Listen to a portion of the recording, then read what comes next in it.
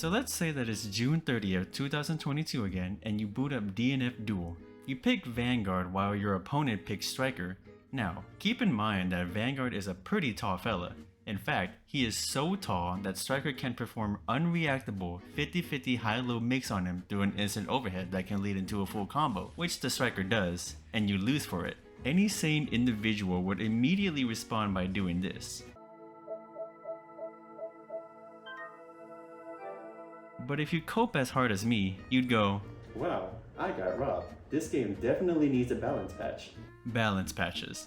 They are updates that can alter the mechanics of a game, and their goal is usually to allow for all players to have a close to equal chance of winning regardless of which character they choose. Either through buffs, which increases a character's strengths, or nerfs, which tone down those more powerful characters. Remember in Dragon Ball FighterZ when Labcoat 21 was wrecking everyone and it got to the point where she was on pretty much every team in tournament finals, and even large tournaments had to start banning her in their events? Then Arcsys had to put out a balance patch, and now she's only slightly better than everyone else. Not the most effective example, but you get the idea. The point is to make sure that all players can enjoy a fair and square competition. Fortunately, we live in the present where updates are free instead of you having to shell out more money for a patch. Now everyone gets to suffer. So back to DNF Duel.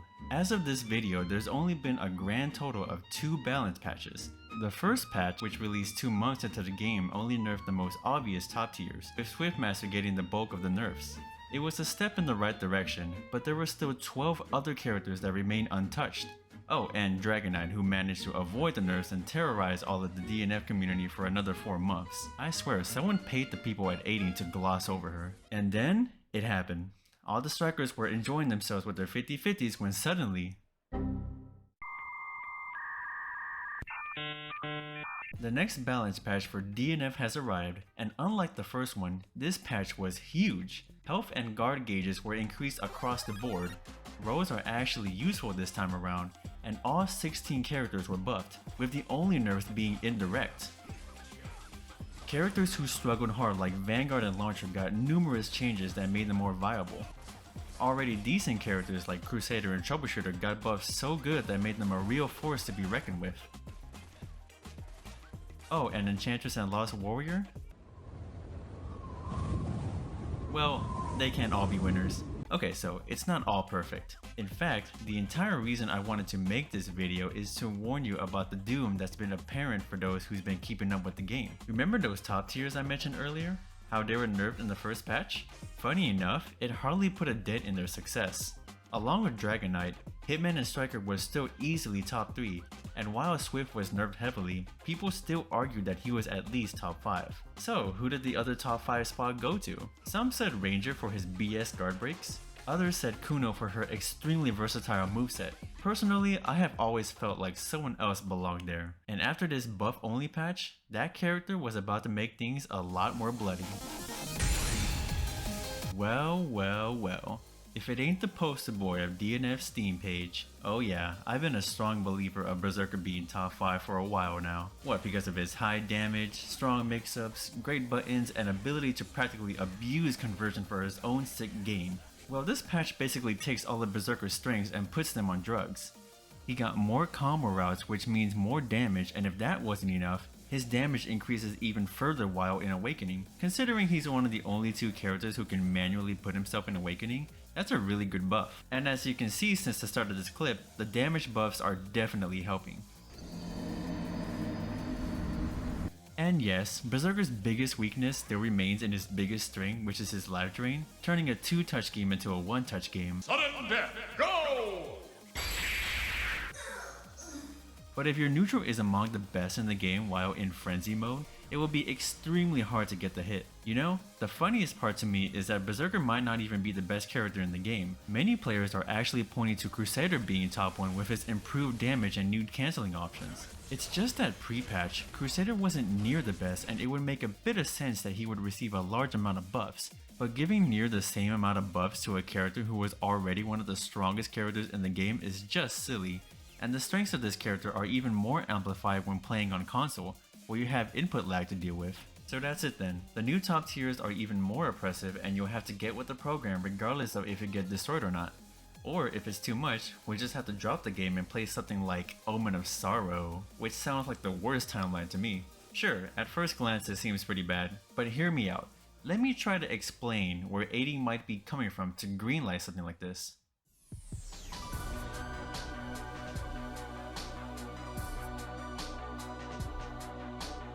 At the time of me making this video, Frosty Fausting's 2023 is the most recent offline major for DNF Duel, and the first one that occurred after the second balance patch. It had over 200 entrants and many of the most skilled players in all of DNF Duel. After all was said and done, the amount of different characters in top 8 of the tournament was 8.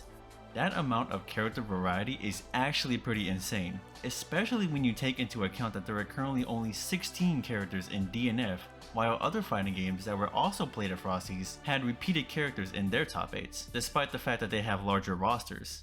And the best part? Not a single Berserker was present in DNF's top 8. I'm a firm believer that top 3 consists of Troubleshooter, Crusader, and Berserker, and there was only one of these characters in top 8, and they didn't even win it. In fact, the character that did win it is actually the character who I felt is the weakest out of all the characters in top 8. This slow, stubby, no reversal having character managed to pull through and win the entire tournament.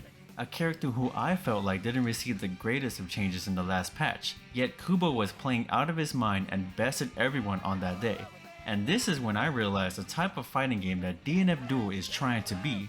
Okay, so take a game like Street Fighter 3 Third Strike, and let's say that 2 players of near equal skill are using Ken and 12. Ken is among the strongest in the game, and fighting him is the equivalent of fighting someone IRL with a gun. On the other hand, 12 is one of the worst characters in the game, with the best thing about him being his groovy idle stance. Fighting someone like him is like fighting someone with sticks. The chance of you losing to the stick wielder is really low. Now here's where I believe DNF differs. Imagine that a Berserker and a Grappler player of equal skill are fighting. Despite Grappler's shortcomings, he still has devastating damage, armor, and good comeback potential. Even a struggling character like Grappler is the equivalent of fighting someone with a nuclear weapon. Yes, the much better character Berserker may have a lot more nuclear weapons, but you still had to worry about losing to that one single nuke. Remember all those really hard bosses in old fighters? Well, DNF is basically a game filled with fighting game bosses. Feel the power of Shao Kahn. Sure, some characters are weaker than others, but even they have things like absurd damage and unrelentless pressure. And hey, remember, this is DNF Duel's first big patch. Remember Mortal Kombat X? That game had loads of patches, and by the end of it all, it ended up being a pretty solid fighter after it removed most of the 50-50 mix-ups and armored launchers. Sure, its balance was still somewhat all over the place, but more importantly, it ended up being an extremely fun game where no matter who you chose, you could still put the hurting on someone. And that's the kind of direction I can see DNF going in. Even right now, when Berserker and Crusader might be a bit overwhelming, you can't ignore the fact that their worst matchups are just a couple of mid-tiers. But look, regardless of how balanced or unbalanced DNF Duel is, people will still be playing it just as they do with any fighting game they enjoy. And if it takes a while for DNF to get to that level, so be it. We've already waited several months for a decently sized balance patch, so we can wait a little longer and deal with any hiccups that DNF might have. You deserve so much better. Hey guys, thank you so much for taking the time to watch this video. I'm so sorry for how long it's taking me to upload. I recently got me one of these, which means my free time is rather slim. If you enjoy this type of content and would like to see more, please consider subscribing to be instantly notified when a new video shows up. I'll definitely be making more DNF Duel content and maybe some Power Rangers stuff on the side, only time will tell. Let me know in the comments below what are your thoughts on DNF's big patch. Anyways, thank you all and have a good one.